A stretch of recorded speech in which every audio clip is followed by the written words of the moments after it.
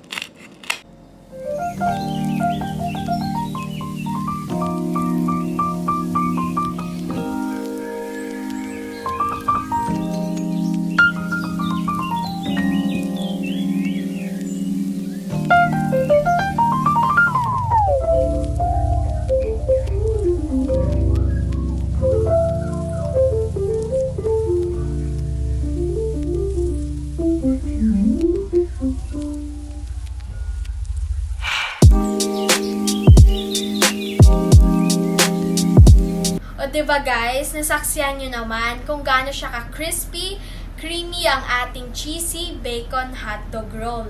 Bukod sa masarap na, ay very economical pa. Kasi hindi masasayang inyong mga leftover food. Kasi pwede nyo pala itong baunin at hindi magmumukhang tira-tira. O diba, bongga? So kahit mga teens na katulad ko ay kayang-kayang gawin ito. So try nyo rin para malaman nyo. I hope you enjoy watching. See you on my next vlog. Bye! Toodles! Don't know where you are.